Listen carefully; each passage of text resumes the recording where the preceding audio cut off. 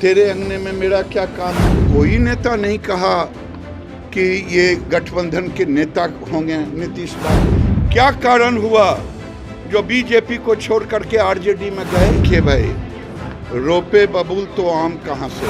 उनके अधिकारियों को थाने में घुस करके कॉलर पकड़ता हो। अरे भाई तेरे अंगने में मेरा क्या काम है। जहाँ जाए उछल करके कोई उठ बैठ कराए, उससे भी मुझे क्या लेना देना है। जब बीजेपी से अलग हुए तो बार बार लोग हल्ला कर रहे थे, केसीआर का फोन आया, केसीआर का फोन आया। खोदा पहाड़ निकली चुड़िया। जब केसीआर आए तो एक बार भी नाम नहीं लिया कि ये हमारे गठबंधन के नेता होंगे, और बिहार को बदनाम भी करने का काम किया, बेइज्जत करने का काम किया, हमारे मुख्यमंत्री को उठ बैठ कराने का काम किया। पूरा देश घूम आए, कोई नेता नहीं कहा कि ये गठबंधन के नेता होंगे नीतीश बाबू।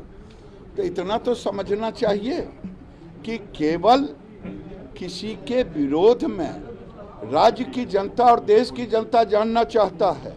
इतने दिनों तक नरेंद्र मोदी के साथ रह करके तारीफ की झड़ी लगा करके क्या कारण हुआ जो बीजेपी को छोड़ करके आरजेडी में गए, ये भी देश की जनता जानना चाहती है। हम उनके पार्टी के अध्यक्ष थे जो बर्बाद कर दिया।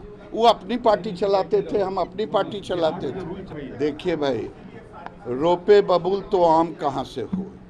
नीतीश कुमार जी लाख समीक्षा करें, लेकिन माननीय मुख्यमंत्री जी के नाक के नीचे उनके अधिकारियों को थाने में घुस करके कॉलर पकड़ता हो, इससे बड़ा लॉ एंड ऑर्डर का उदाहरण और क्या हो सकता है, जिसको अच्छे लॉ एंड ऑर्डर की बात करते हैं। कुछ लोग माहौल को खराब करना चाहते हैं।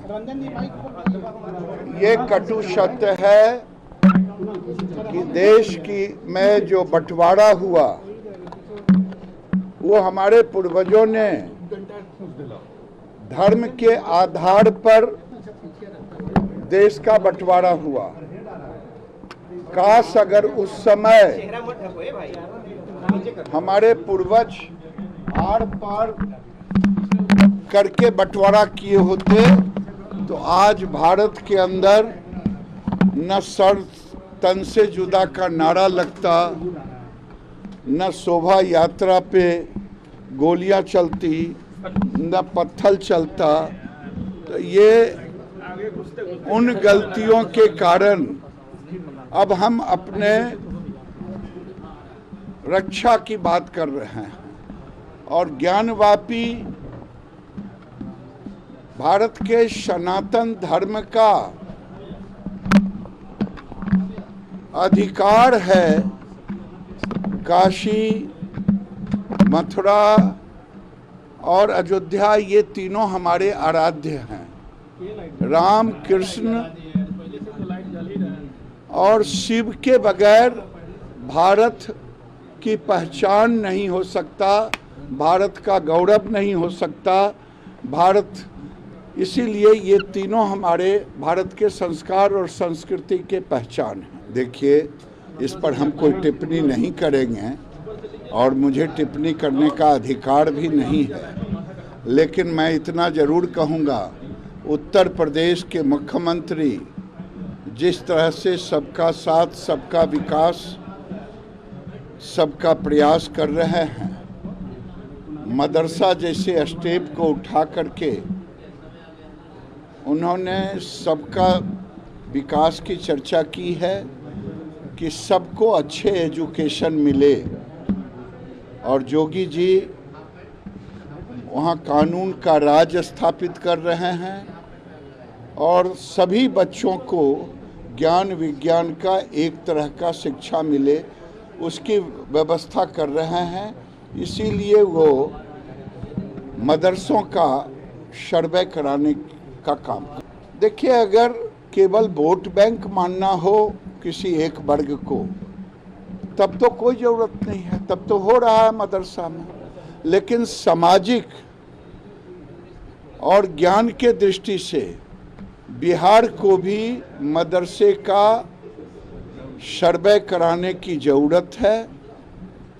क्योंकि बिहार बांग्लादेश के बॉर्डर पर है, बिहार नेपाल के बॉर्डर पर है, और ये देखना चाहिए आखिर इतने मदरसे खुले हैं, क्या वो सरकारी मान्यता के तहत है, वहाँ पढ़ाई क्या हो रही है, नहीं हो रही है।